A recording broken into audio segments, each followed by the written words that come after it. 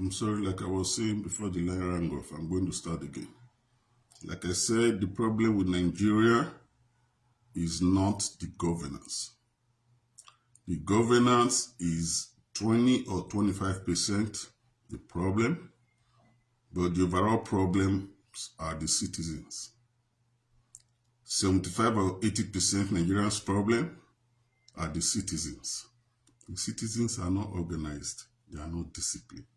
They are not involved in their governance. And if you do not take heed in the affairs of your country, you'll be short paid. You'll be shortchanged. Nigerians are involved in politics, not in governance. Because governance is a process. Governance is a process. It's time consuming due to negotiations and consultations. But Nigerians don't know anything about governance. All they know is politics, where they can begin to go on Facebook to write disinformations, misinformation, rhetorics, satire, and sarcasm. That's what they do.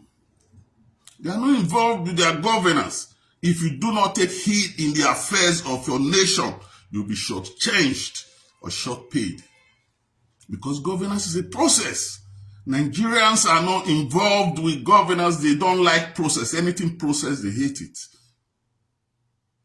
For them to get their international passport, for them to wait for the stipulated time, they prefer to pay upfront and get in within a day, 2 days, or in a week. When it gets to their driver's license, Nigerians, they don't go through driving tests or whatever. A 10 years old can get a driver's license in Assumption in Nigeria. They don't go through driving tests. Driving tests. Remember, if you go through these tests and things like this, these are other avenues for employment. All they do is point out Tinubu is a problem. Tinubu, I still repeat, is one of the best presidents Nigeria has ever produced. Tinubu is one of the best presidents. Tinubu does not have anything to gain or lose. Tinubu is not there for the money. He has everything he wants. Tinubu just wants to be remembered as one of the best presidents in Nigeria. Tinubu has put his life on the line, the lives of his family on the line. I'll tell you, for instance, let's go for the subsidies. Subsidies is a do and die affair in Nigeria. Even the military juntas couldn't touch subsidies because they know it's a do and die affair. But Tinubu took it away, ends the coup. They almost killed him for it. But Nigerians today, they are shouting they want the dividends of the subsidies removal overnight because they are not involved with governance. They don't know governance is a process. You have to go through negotiations and consultations. Nigerians don't know that. They are political animals. Subsidy, they don't even know the literal meaning of subsidies. Most Nigerians don't know the literal meaning of subsidies. Subsidies are financial aids of regular allowance that is paid by government to meet a part of certain commodities. Financial aids of regular allowance that is paid by your government to meet part of certain commodities. And the laughable thing is that these commodities they're subsidizing is your mainstay, oil. How can you produce oil and subsidize oil? And the laughable thing is that they are doing it for 2 or 3 other countries. Nigerians don't even know that. But they want to see the dividend of the subsidies removal overnight. Because they don't know the process of governance. They don't want to be involved with the process of governance. All they know is politics. Politics. Politics. So they are political animals. I still maintain. Tinubu is one of the best presidents. Now he's trying to bring the tax system. Everybody is crying. How can you be in a country and will not be paying taxes? Countries run on taxes. It's a spiritual thing. Even Jesus Christ paid his taxes. Give to Caesar things unto Caesar and to God things unto God, right? By the time you start paying taxes, then you can hold your government accountable and say, what are you doing with our taxpayers' money? It's a spiritual thing to pay tax in a country. And by the time they start paying these taxes, you will know states like Edo State, they are not involved in the national grid. All they have their churches and prostitutions. Those don't pay taxes. So when I tell my people to involve with the national grid, they think is, I mean, come on, you have to think.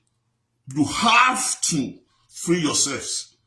And the best and possible way for Nigerians to free themselves is for every youth below 40 years, remove yourselves from their political parties. If you are below 40 years, get off the APC, PDP, or whatever. Mobilize yourself for national consciousness. Every male or female below the age of 40 should mobilize for national consciousness. National consciousness can be defined when a group of people in a society or in a country decides to take their future in their own hands. Take it through historic movement like historic prolonged protest, revolution, or wars.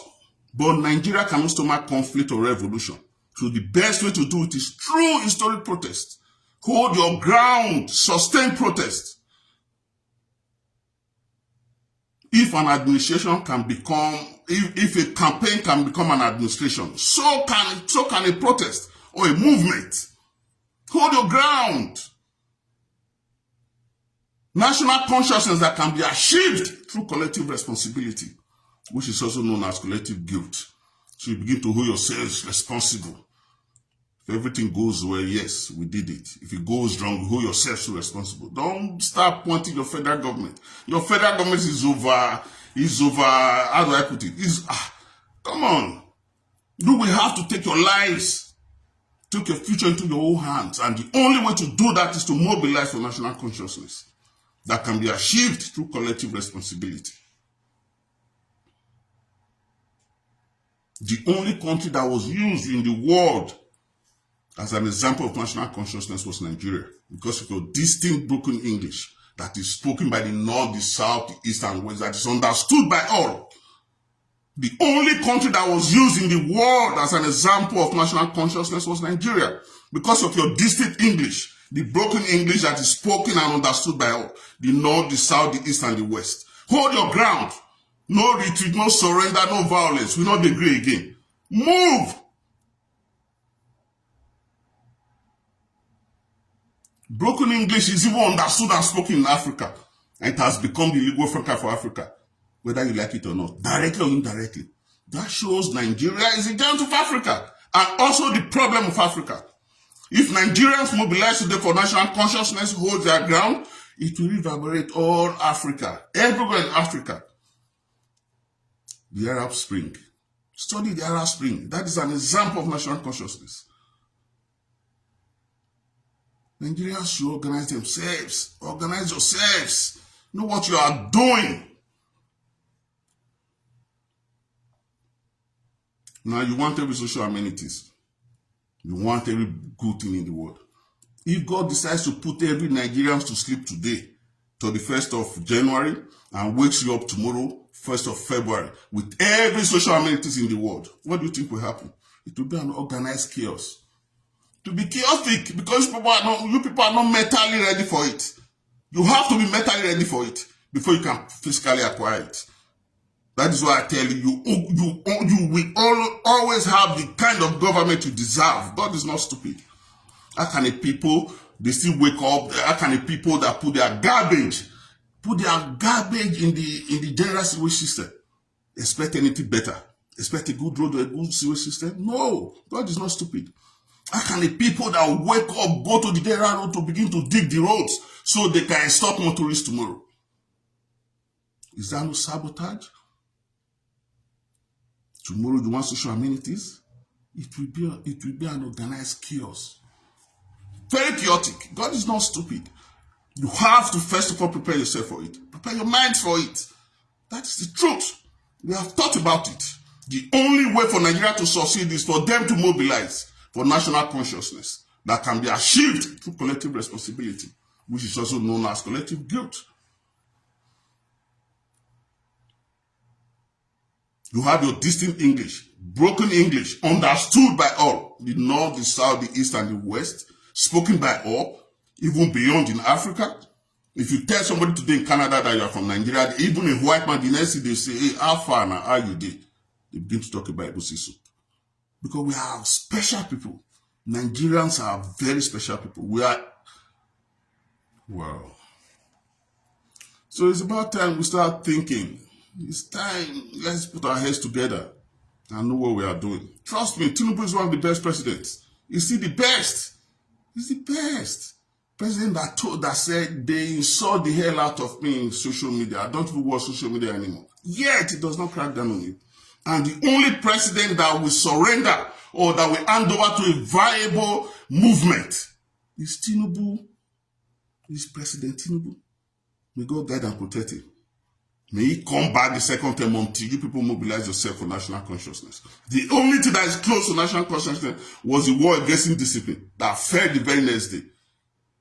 And the closest thing today to national consciousness is VDM and his routers. The fourth arm of the government. Before you know it, they become the first arm. Now they are the fourth. Before you know it, it becomes the first.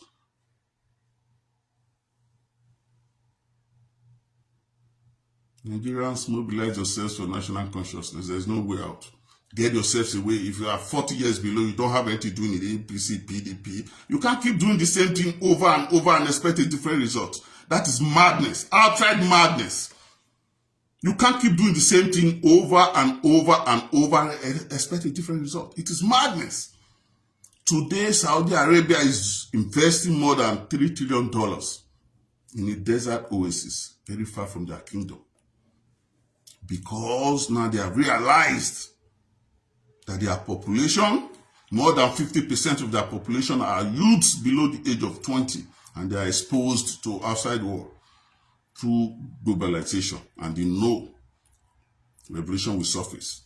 So they gave them their own kingdom where they can have every liberal vices, prostitution, adultery, gambling, all kind of things. Because the world is evolving.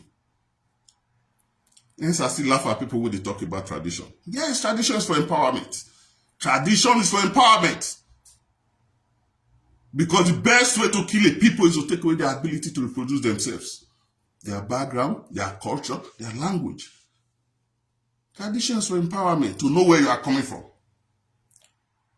So our ancestors taught us like this. This is the way they used to do it. It's not that any ancestors is coming to engage in your nation building or to bring repercussion or justice. No. So it's about time. Let's wake up. The world is waking up. Nigerians are very special people in Africa. We are the giant of Africa. And the big dream is African unity. It's African unity. That is the big dream. So why should you think about disintegration? You just want to leave Edo State. Boko Haram want to leave this state. It's because their minds are dead. Their minds have been colonized. And until your minds are free, your land will never be free. Expand your minds. Educated illiterates. What is going on? Too many educated people on Facebook, man. You fantasize about the past. Our kingdom is the best in Africa. You suffer more in fantasy than in reality. So you better wake up and get back to reality. Ignite your nationalist tendencies. Your nationalist endeavor. Old Nigeria uphold it. That is when you can defend your tradition. Your tradition is local. We have the state. We have the national. Right now we are talking about geopolitics. Let's study about geopolitics. So what happens there trickles down to your country. That is where they make their even president. Do you know before they give out the press release to you in Nigeria, they have to send it to all the embassies? That is governance, consultation, negotiations. That is why it's time consuming. So Nigeria should get used to it that the governance is time consuming. And start learning about the government and stop doing politics, man. That's animalistic and wizardry. Rubbish be that, man. Get involved in the affairs of your country or you'll be shortchanged or short-paid. So it's not every time we come here to fight. It's about time to put heads together, to reason together. And the first thing we have thought about is for you to mobilize. Discipline yourselves. Mobilize for national consciousness that can be achieved through collective responsibility. That is the only way forward for Nigerians. Thank you.